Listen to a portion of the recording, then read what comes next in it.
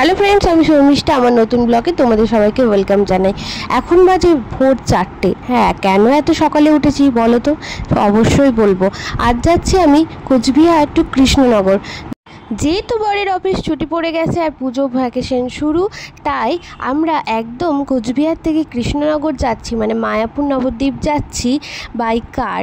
তো সেই পুরো ট্রাভেল তোমাদের সাথে আমি শেয়ার করব, আর সঙ্গে থাকো।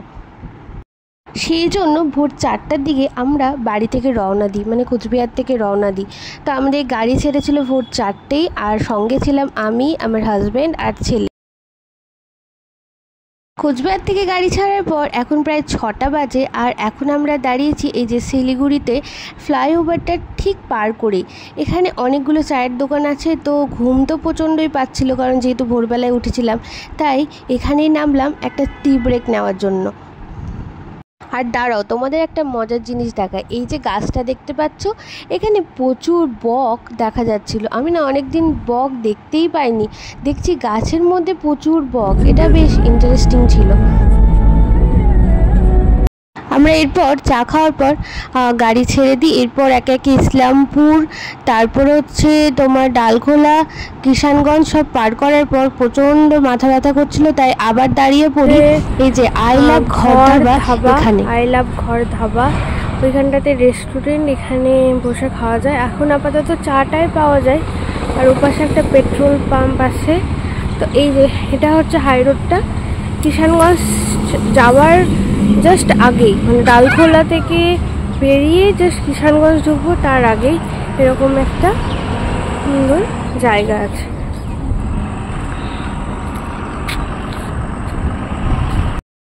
আমরা এখন আছি ডালখোলাতে।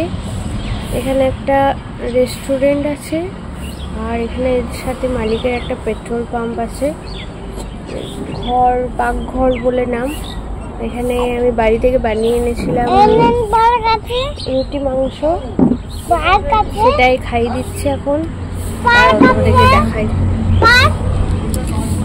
আর মাংস, আর যে রুটি, মাংস রুটি, আর সঙ্গে আছে চাটা আমি খেয়ে ফেলেছি।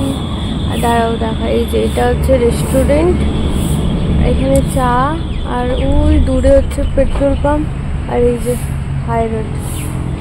ঘর ডালখোলাতে। এখানে সুন্দর মতো একটা পার্ক আছে, দোলনা, স্লিপ আছে। গেলি আরেকটা জিনিস দেখো, আমার ছেলেকে ফুল হাতা জামা পরিয়ে বেরিয়েছিলাম কোচবিহার থেকে। ওদিকে এত ঠান্ডা করছিল, আর যত দক্ষিণবঙ্গ দিকে যাচ্ছি তত গরম করছে। আর আমার ছেলেকে জামাটা খুলতে বলা হচ্ছে, ও কিছুতেই খুলবে না। কিন্তু এইদিকে যত যাচ্ছি না, গরমটা ততই যেন বাড়ছে।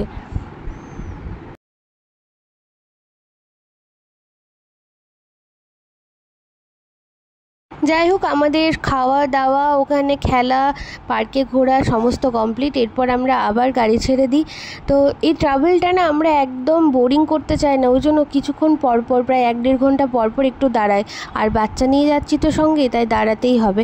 তো এরপর আমাদের নেক্সট দাঁড়ানো হচ্ছে এই যে মালদা। 10:30 বাজে, আর আমরা আছি মালদায়। মালদাতে একটা পারদেশি ধাবা বলে একটা ধাবা আছে, যেখানে সব থেকে এক্সাইটমেন্ট হচ্ছে এই যে পান। এই যে পেছনে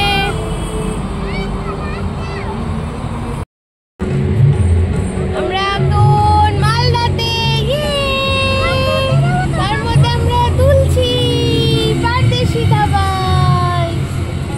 পারদেশি ধাবার মালদাতে রয়েছে, যেটার সবথেকে ভালো জিনিস হচ্ছে এই যে ঢোকার এন্ট্রান্সে আছে ঠাকুর দর্শন করে তারপর একদম ভেতরে আমাদের রেস্টুরেন্টটা। তো যেহেতু আমরা তার কিছুক্ষণ আগে টিফিন করেছিলাম, তাই একদমই খিদে পাইনি। তাই এখানে শুধুমাত্র একটা কোল্ড ড্রিঙ্কস নিয়েছিলাম আর একটু রেস্ট, কারণ যেহেতু হাজব্যান্ড টানা গাড়ি চালাচ্ছিল, তাই একটু রেস্ট নেওয়ার জন্যই এখানে আমরা ঢুকেছিলাম। আর এখানে আরেকটা কথা বলে রাখি, তোমরা যারা আসছো তারা সকাল থেকেই, মানে প্রায় এখানে এখানে 9টা থেকেই না ভাত সবজি সমস্ত কিছু পাওয়া যায়। যারা চাইছো যে এখানে খাওয়া দাওয়া করে নিতে তারা অবশ্যই এখানে খেতে পারবে। খাবার কোয়ালিটি খুব ভালো, মানে কোনো সন্দেহ নেই। আর বিভিন্ন ভ্যারাইটিস এখানে পদও পাওয়া যায়। তো আমরা এখানে অর্ডার দিয়েছিলাম আবারও কোল্ড ড্রিঙ্কস আর হচ্ছে একটু রেস্ট নেওয়ার জন্য। সত্যি কথা বলতে এখানে আমরা কিচ্ছু খাইনি। তারপর আমরা আবারও গাড়ি ছেড়ে দিই। এরপর আমরা যাচ্ছি একদম টানা কৃষ্ণনগর। তার মাঝে শুধু একবার লাঞ্চ করতে নামবো, তাই আমিও চারিদিকে খোঁজ করছিলাম যে কোথায় ভালো রেস্টুরেন্ট পাওয়া যায়, কারণ আমাদের এই রুটটা জানা নেই। তো এখানে একটা পেয়েছিলাম আমরা, পাপ্পুদা ধাবা। এই পাপ্পুদা ধাবা মুর্শিদাবাদে অবস্থিত। তোমরা একদম রোড সাইডে এটাকে দেখতে পাবে। সেখানে অর্ডার দিয়েছিলাম কিছু ভেজিস, যেখানে একদম সম্পূর্ণ সব ভেজিটেবলস দিয়ে, যেটা আমার ছেলের জন্য। আর আমরা নিয়েছিলাম এখানে ফ্রায়েড রাইস আর চিকেন কি একটা কষা বা ডাক বাংলো এরকম টাইপের। তো আমরা এখানে খাওয়া দাওয়া সেরে নিই, তারপর আবার আমরা গাড়ি ছেড়ে দেবো। তো এই যে আমরা পৌঁছে গেছি কৃষ্ণনগরে। এটা হচ্ছে কৃষ্ণনগরে ইন্সপেকশন বাংলো, আর এইটা হচ্ছে কনফারেন্স রুম। খুব সুন্দর ইন্টেরিয়ারটা না? আর দেখো কি সুন্দর সাজানো গোছানো। তো আমরা এখানেই এখন থাকবো, একটাই আমাদের বুক করা ছিল। তো তোমাদের কেমন লাগলো পুরো ব্লগ অবশ্যই জানিও। টাটা।